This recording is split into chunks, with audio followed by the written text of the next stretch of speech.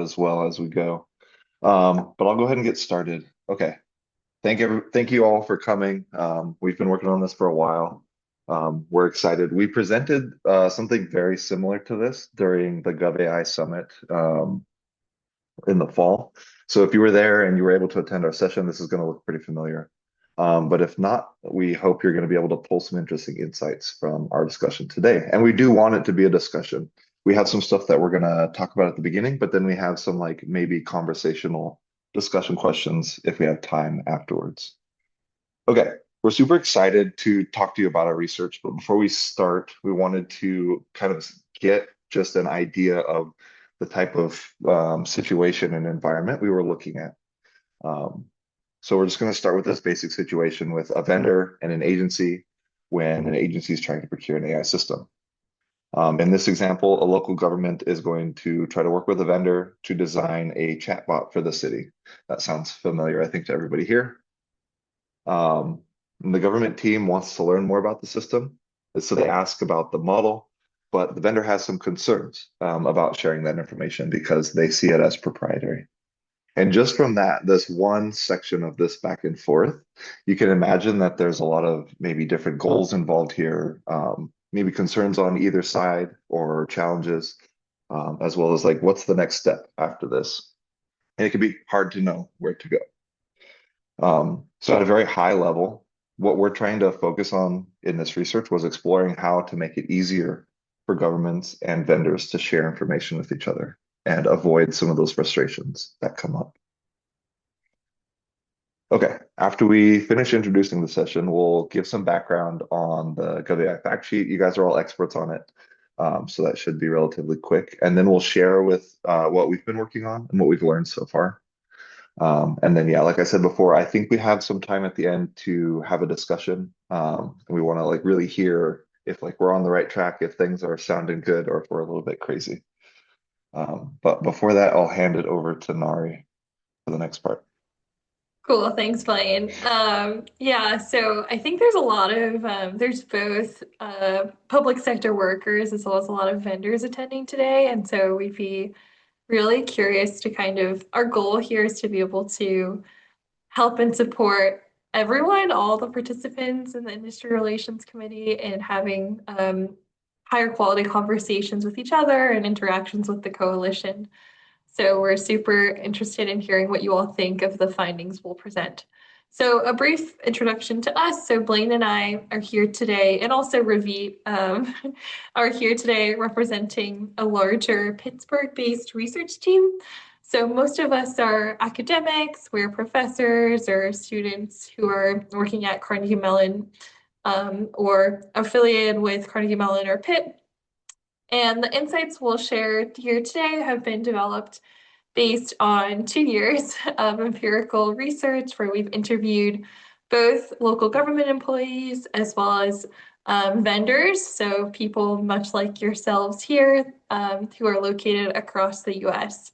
And this work was done in direct partnership with the Industry Relations Committee. Okay. So many of the people here have probably already heard of or even filled out yourself the GovAI fact sheet, but because it's kind of essential to the research we did, I'll give like a very short review of the fact sheet now. So just to provide some context about why the fact sheet exists, in recent years, we've seen a wave of a bunch of different types of new resources that have been aimed to help AI vendors and developers share clear information about AI systems. So you might be familiar with some well-known tools in this space. So things like model cards for documenting AI models or data sheets for documenting data sets. But increasingly, we're also seeing similar tools that are being designed specifically to help public procurement, such as the GovAI fact sheet being one of the most prominent and widely adopted tools. And so these frameworks usually contain lists of questions that can help standardize how vendors report details about their AI systems. And the hope here is that this standardization can help vendors and that individual agencies and also agencies, in that we don't have to start from scratch every time we write an RFP or we want to write some technical requirements. And it's helpful for vendors in that when you're responding to RFPs, you don't have to respond to a different set of requirements every time.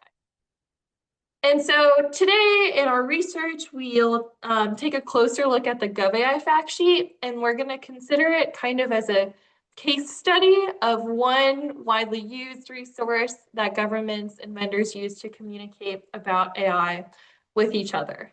And so some basic context on the fact sheet. As an overview, the fact sheet was released with the launch of the coalition way back in October 2023 and has been used and updated extensively from day one. When vendors reach out to GovAI and want to participate in the coalition, GovAI requests that vendors complete the fact sheet as part of joining and participating in coalition activities. And then the fact sheet has been adopted by many local governments as part of their procurement processes. So we're hearing more and more that local governments have actually taken some of these questions and items from the fact sheet and started including them as part of their standard proposer questionnaires for IT procurements that might involve AI. And so on the next slide here, we pulled just some example questions from the fact sheet. Some of you might be very familiar with this if you filled it out yourself, but just to show you what types of questions are being asked. So right now, we ask vendors to provide free-form responses where they can discuss the purpose of the system. They can provide a description of the models that they're using. We ask vendors to disclose some more detail about system performance, such as the performance metrics that they use, their current level of performance, as well as some details about how the system was trained, so such as the inputs and outputs of any predictive algorithms, a basic description of the data that was used to train the system, optimal and poor conditions, discussion of biases, discussion of data protection, so on and so forth. Okay, so now I'll hand it over to Blaine to talk about what we found. Yeah, perfect. Thank you. Okay. So in our interviews, we were interested in answering questions about how the fact sheets really work in practice. And then we looked at the documentation itself as well to figure out how they're actually being filled out. So we looked, oh, is it working? There we go. Okay. So we looked at several questions, some being like, do they actually work for procurement decisions? Why would an investor or why would a vendor invest their time in filling them out? How are agencies actually using fact sheets in their procurement processes? Are there things that are missing? And then what makes this information sharing actually easy or hard in reality? Oh, too far. Thank you. Sorry. Yeah, so these are the questions we wanted to try to answer. And we've already mentioned it a little bit, but you're probably interested in these questions for one or many different reasons. For the vendors that are out there, you might care about figuring out the things that agencies really want. You want to make sure you get your work in front of the interested organizations, not just everybody. And you want to not have to face any bottlenecks, either in time or resources, anything like that. And then for the agency employees, they might care about things like getting the right solution, doing that quickly and safely, and not having to spend too much money and time doing that. So our work is trying to highlight some of the ways to get there and some of the things to think about as you move through these procurements. Okay, so just in one big picture, this is kind of how we're trying to illustrate how we went about this.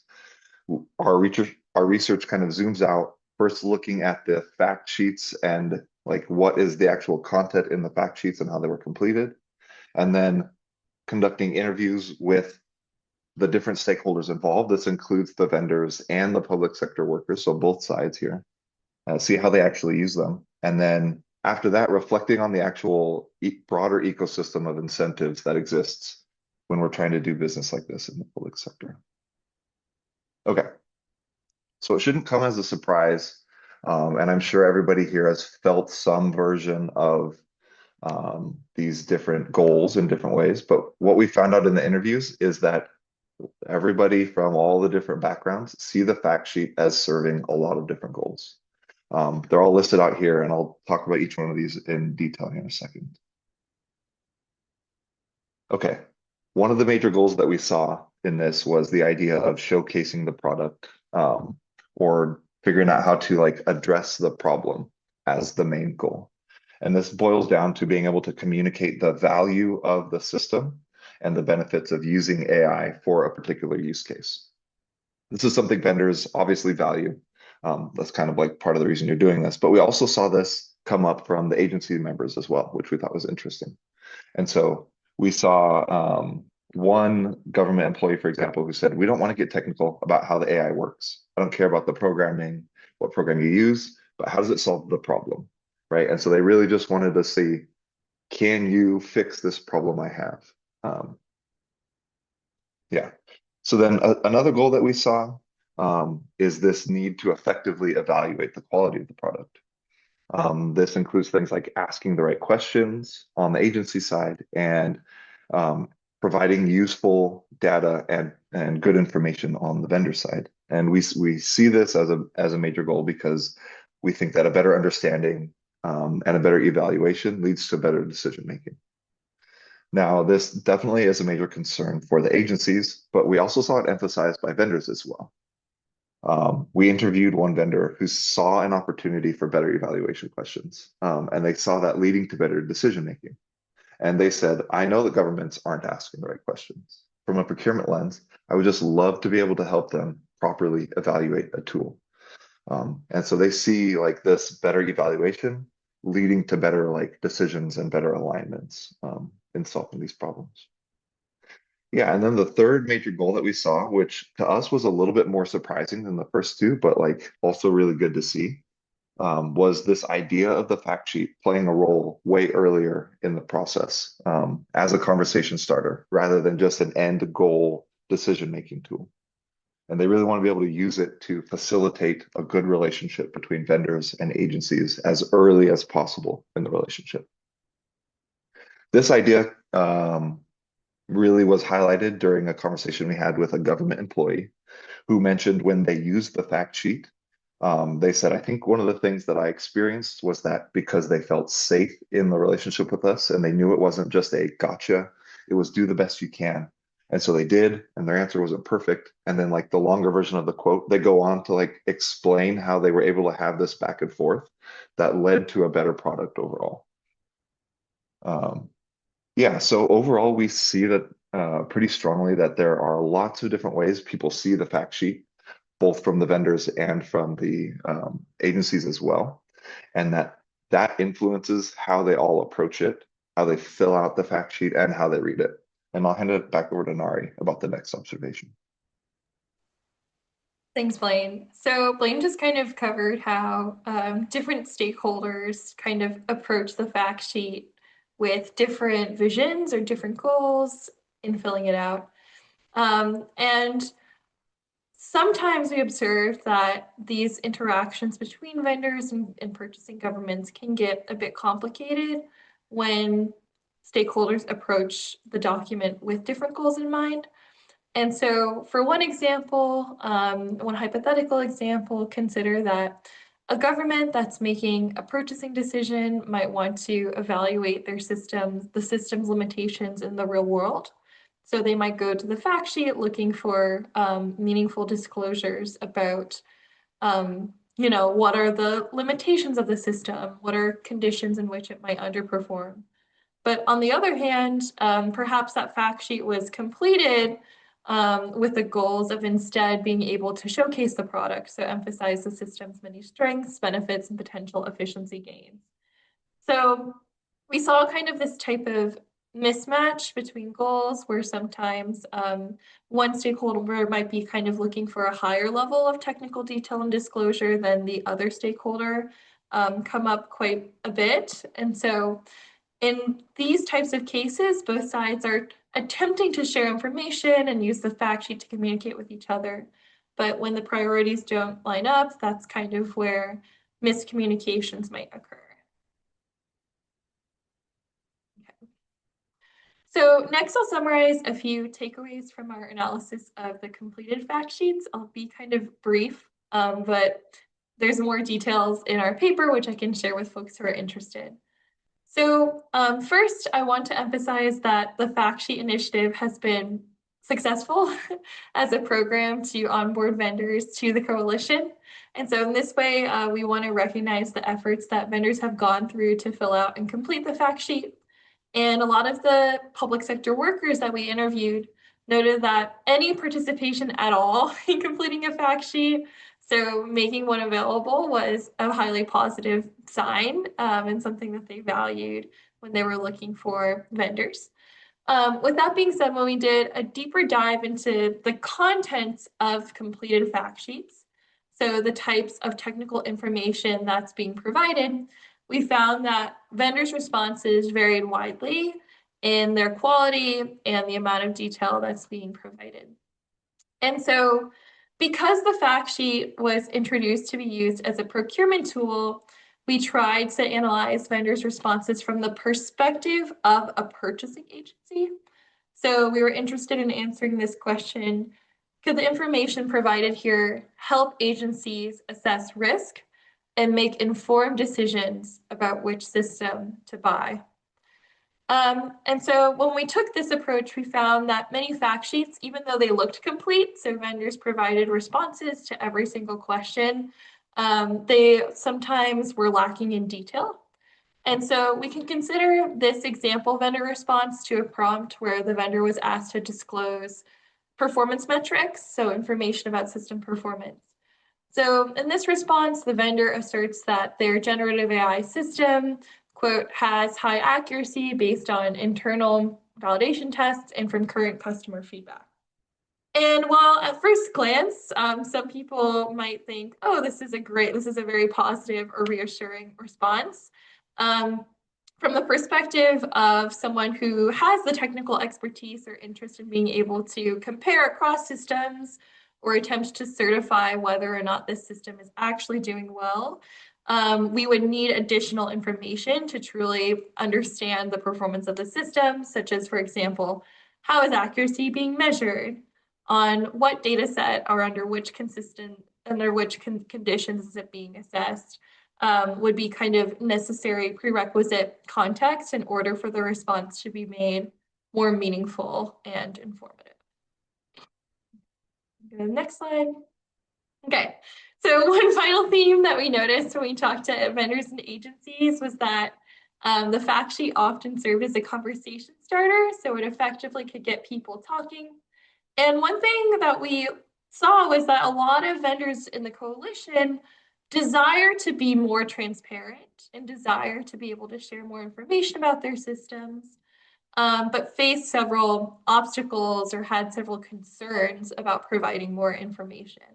So to just list a few concerns that came up consistently, one common concern that we heard a lot from vendors was concerns about PRA or state FOIA laws, which meant that any information, any written information that they would share with governments was effectively become public. And so there were concerns about if I share too much technical detail, such as, for example, information about more detail about how our system was created or how we prompt existing APIs to provide our services.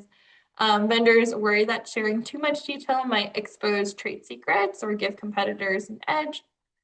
Another thing that we heard, if you go to the last, another thing that we heard was that, because so many of these public sector AI systems are increasingly relying on more and more complex supply chains, such as building on top of foundation models, building services on top of foundation models, that vendors kind of were a bit uncertain of how to respond to questions about asking them to disclose things like training data or details about system development. This has started to be addressed by the coalition, offering a separate version of the fact sheet for vendors that are kind of building on top of existing APIs, but there's still kind of some interesting open questions about what to disclose or what types of disclosures are more or less appropriate, depending on supply chain dependencies that exist in the way you've designed your system. Okay, I'll hand it back to you, Blaine. Okay, perfect. Okay, so for procurement to work well, we think that governments need clear, accurate, and useful information to make good decisions. And we believe that vendors want to supply that. But as we mentioned, we've highlighted a few challenges on both sides. Um, we think that there are a lot of opportunities for vendors and governments to build trust with each other, especially highlighting this need for transparent communication. We are also hopeful that a lot of the challenges that we've talked about might be able to be overcome with simple changes that we could make in how we communicate, how we do this documentation process. We think that a well-designed procurement environment can make sharing information lower risk, higher value, less time consuming, more clearly aligned with what everybody needs. And we see that as moving participation from compliance as a chore to something useful and worth doing. And with the right incentives, you can see some of the benefits that everyone can experience, vendors getting better alignment for their opportunities, agencies making more informed decisions, and then even GovAI as a whole getting like the kind of participation that they're really that helps them to thrive in the coalition. Okay, so that concludes what we wanted to present. Thank you so much for listening. If you have any questions, feel free to reach out, Nari, and my emails are down here at the bottom. But if we have time taken, I don't know if like what it's looking like, but we have a couple of questions, and if everybody wanted to participate in a little discussion, we would be up for that. Yeah, Blaine, I think we got plenty of time. Honestly, this